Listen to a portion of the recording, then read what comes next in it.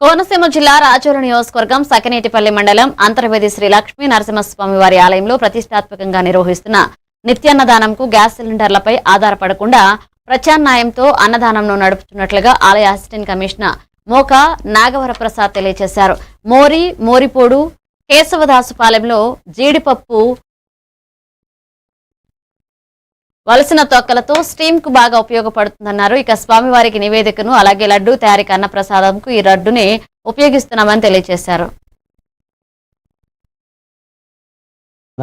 ప్రసాద వితరణకి లడ్డూ తయారు చేయడానికి ఉపయోగించడం జరుగుతుంది 3 చోట్ల. అయితే మాకు ఈ గ్యాస్ ఈ ఇబ్బంది ఏ విధమైన ఇబ్బంది లేదు.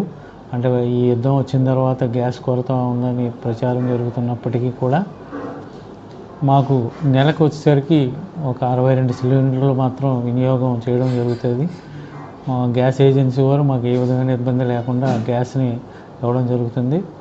అయితే మాకు గ్యాస్ వినియోగంతో పాటు కాకుండా జీడిపప్పు తీసేసినటువంటి పిక్క ఈ అంతర్వేదికి పరిసర ప్రాంతంలో మోరు నుంచి టెండర్ ద్వారా కొనుగోలు చేయడం జరుగుతుంది. అలాగే చేస్తున్నాం, ఏ విధంగా తగ్గించకుండా. అలాగే లడ్డూ ప్రసాదం కూడా తయారు చేసి భక్తులకు ఏ విధమైన